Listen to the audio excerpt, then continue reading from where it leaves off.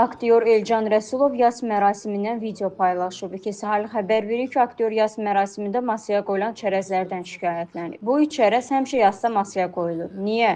Çox yaxşı xurma növləri var. Bu ondan bahadır. Bunlar heç yerdə yeyilmir. Amma bütün yaslarda bunu qoyurlar. Heç vaxt heç kim yemir. Bunu daha maraqlı çərəzlərlə əvəz etmək olmaz. İllərdir bunlar masadan qayıdır. Bu üçlüyə baxın. Bu, bir də bu. Bu, məsələn, çox yaxşı, ləzzətli, ucuz xurma modelləri var da, növləri var. O, Ramazanda, iftarda alır da, evin 1.60 paçkası. Bu, yəqin ki, ondan bahadır. Bundan dadlı da çərəzlər var, məsələn. Bundan ucuz. Bundan da ucuz yəqin ki, var. Bunlar heç biri də yiyilmir. Niyə bütün yaşlarda ancaq bunu verirlər?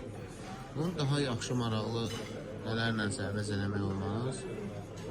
Niyə məhz bu xurma? Bu xurmada nə var? Ya bu nədir adım bilmirəm. Heç vaxt heç kim yemiş. Bu nədir? Bunun adı nədir? Bu da babu. İllərlə gəlir qayıdır.